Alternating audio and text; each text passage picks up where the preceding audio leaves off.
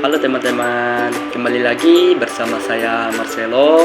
Di sini saya ingin membahas materi tentang penerapan ilmu geografi dalam aspek budaya.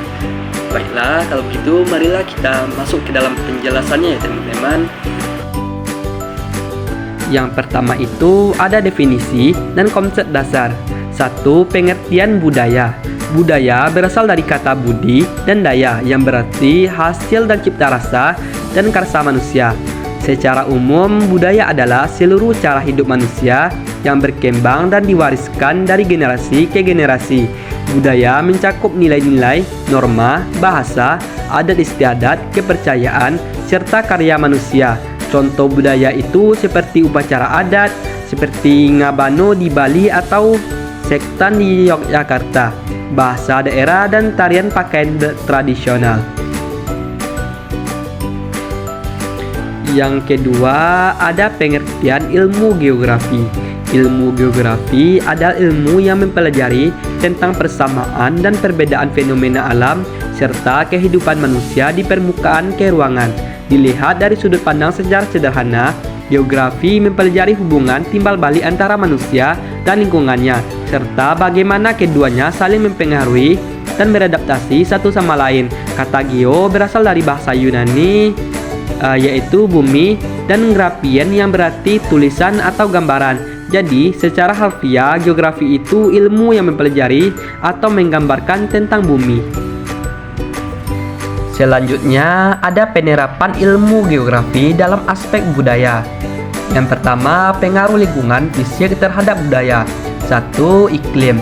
Daerah beriklim tropis biasanya memiliki budaya yang lebih terbuka, kegiatan luar ruangan lebih banyak, pakaian lebih tipis, dan pola makan yang menyesuaikan suhu panas. Daerah beriklim dingin memiliki budaya pakaian tebal, rumah lebih tertutup, serta teknologi pemanas. Kedua, benteng alam topografi. Masyarakat di pegunungan biasanya memiliki budaya pertanian, tersering, pola permukiman terpencar, dan mobilitas yang terbatas.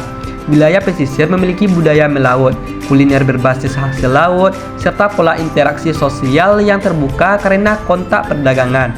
Yang kedua, pengaruh lingkungan sosial terhadap budaya.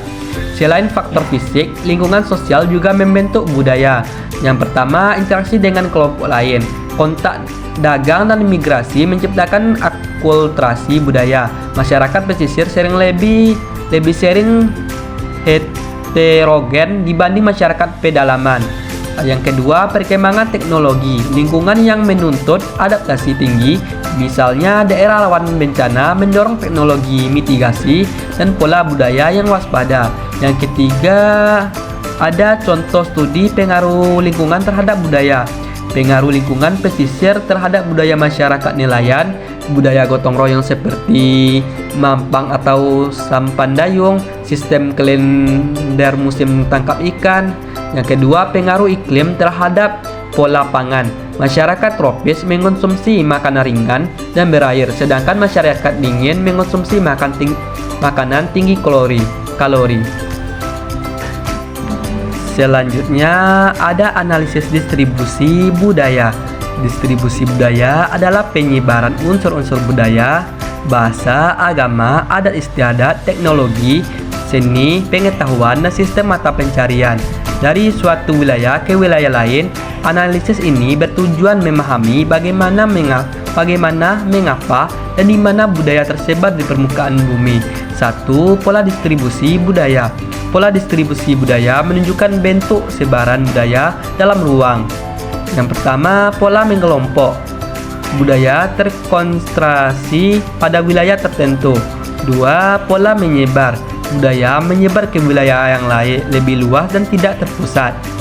Selanjutnya, yang kedua yaitu faktor yang mempengaruhi distribusi budaya. 1. Faktor fisik, yaitu relief pegunungan dapat menghambat atau membatasi penyebaran budaya. Iklim, gaya hidup dan masyarakat gurun berbeda dari pegunungan.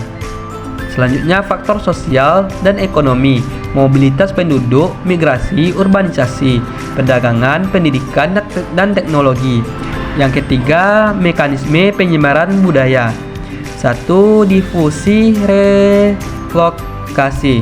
Budaya tersebar karena berpindahan fisik penduduk. Yang kedua, difusi ekspansi. Budaya menyebar dari pusat inti ke wilayah sekitarnya tanpa berpindahan penduduk besar-besaran. Yang keempat, dampak dari distribusi budaya. Ada dua dampak yang terjadi. Yang pertama, dampak positif, yaitu peningkatan toleransi antar budaya, kemajuan teknologi dan pengetahuan, pertumbuhan ekonomi, dan pariwisata. Dampak negatifnya yaitu hilangnya budaya lokal, kearifan tradisional, tergerus globalisasi. Yang ketiga yaitu studi kasus globalisasi dan perubahan budaya.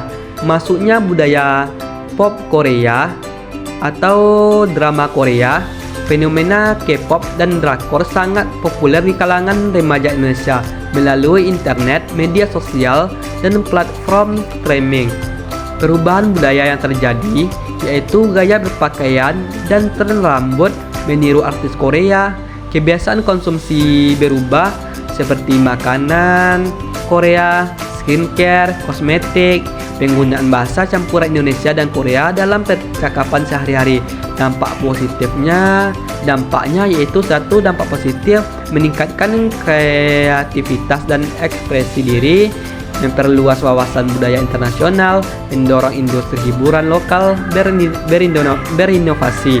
Dampak negatifnya yaitu seperti konsumerisme meningkat, yaitu belanja album, menggeser sebagian minat terhadap budaya lokal, fanatisme berlebihan. Yang keempat, ada kajian tentang pelestarian dan revitalisasi budaya. Pelestarian dan revitalisasi merupakan usaha penting untuk menjaga keberlanjutan budaya di tengah perkembangan zaman. Pelestarian adalah upaya mempertahankan dan melindungi warisan budaya seperti tradisi, bahasa, seni, dan situs bersejarah agar tetap terjaga keasliannya dan tidak punah.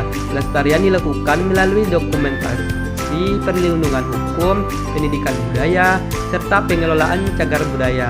Sementara itu, revitalisasi adalah upaya menghidupkan kembali budaya yang mulai melemah atau ditinggalkan masyarakat.